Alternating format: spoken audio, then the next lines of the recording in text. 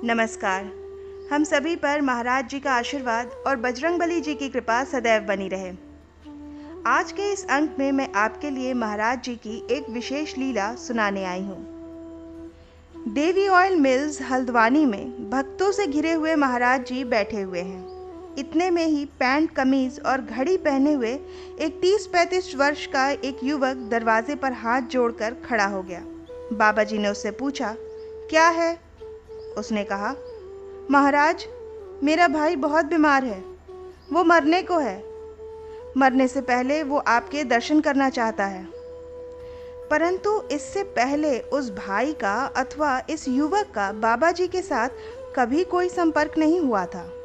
महाराज जी ने तब कह दिया, उसे मरने दो, उसका समय पूरा हो गया है। युवक ये बात सुनकर वहां से चला गया, पर दूसरे ही दिन वो पुनः आ गया महाराज जी के पास। बड़ा कातर होकर बोला, महाराज, मेरे भाई ने कहा कि उसकी अंतिम इच्छा पूरी कर दें, आप उसे दर्शन दे दें महाराज। और फिर रो रो कर कहने लगा, मैं एक मामूली मास्टर हूँ महाराज जी, उसका इलाज नहीं करा पाया। तब करुणा निधान महाराज जी बोले, अच्छा, चल हम आ जाएंगे, तुम जाओ। लगा कि महाराज जी ने उसे ऐसे ही कहकर बहला दिया है। उसके घर का पता तक तो उन्होंने पूछा नहीं था।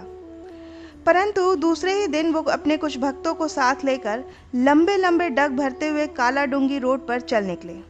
काफ़ी दूर उस कंकरीली और पथरीली सड़क पर चलते चलते बाबा जी एकाएक झाड़ियों के पीछे एक मकान के पास जाकर रुक गए। और तभी वहां से निकलकर वही युवक दौड़ता हुआ आया, महाराज जी को प्रणाम किया और उन्हें अपने भाई के पास ले गया। बाबा जी को देखते ही वो बीमार युवक अत्यंत प्रसन्न हो उठा और अश्रुपूरित होकर बोला, अब मैं शांति से मर लूँगा महाराज। महाराज जी बोले, हाँ हाँ, अब शांति से मर जाना।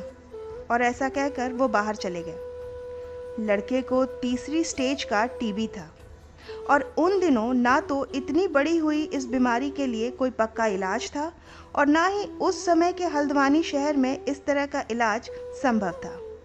भवाली के ही सैनिटोरियम में ऐसे बीमार लोग मरते रहते थे। बाहर आकर वह युवक भी महाराज जी को कुछ दूर तक पहुंचाने आया। रास्ते में 3-4 गधे चल रहे थे। महाराज जी ने कहा, इन गधों के मालिक को बुलाना।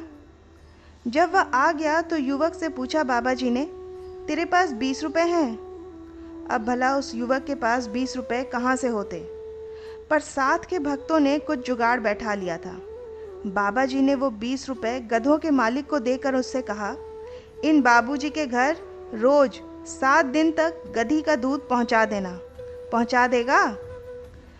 अब गधों का मालिक जो था वो तो 20 रुपए देख करके ही मोहित हो चुका था। उसने तुरंत बोला, हाँ हाँ सरकार, बिल्कुल पहुंचा दूंगा। फिर उस युवक से कहा, अपने भाई को मत बताना कि ये गधी का दूध है, कह देना दवा है, 7 दिन में ठीक हो जाएगा, मरेगा नहीं, बड़ा आदमी बनेगा। और इतना कहकर बाबा जी अपने बाकी भक्तों के साथ आगे को चल दिए। भक्तों ने बाद में महाराज जी की इस कही हुई बात का पीछा किया।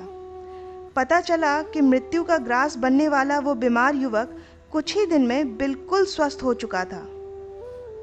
अब आप ही बताइए, क्या जीवन दान का यह खेल केवल अकाल मृत्यु से रक्षा की लीला थी, या फिर पुनः क्या यह जीवन दान बाबा जी के दर्शन एवं उनकी मौज का प्रतिफल था, जिस पर पर्दा डालने को गधी के दूध को महाराज जी ने माध्यम बनाया था। अब महाराज जी की लीला तो महाराज जी ही जाने। आशा करती हूँ कि आज का ये अंक आपकी साधना में और महाराज जी की भक्ति में सहायक सिद्ध होगा। इसी प्रार्थना के साथ मिलते हैं अगले अंक में। तब तक के लिए जय बाबा की।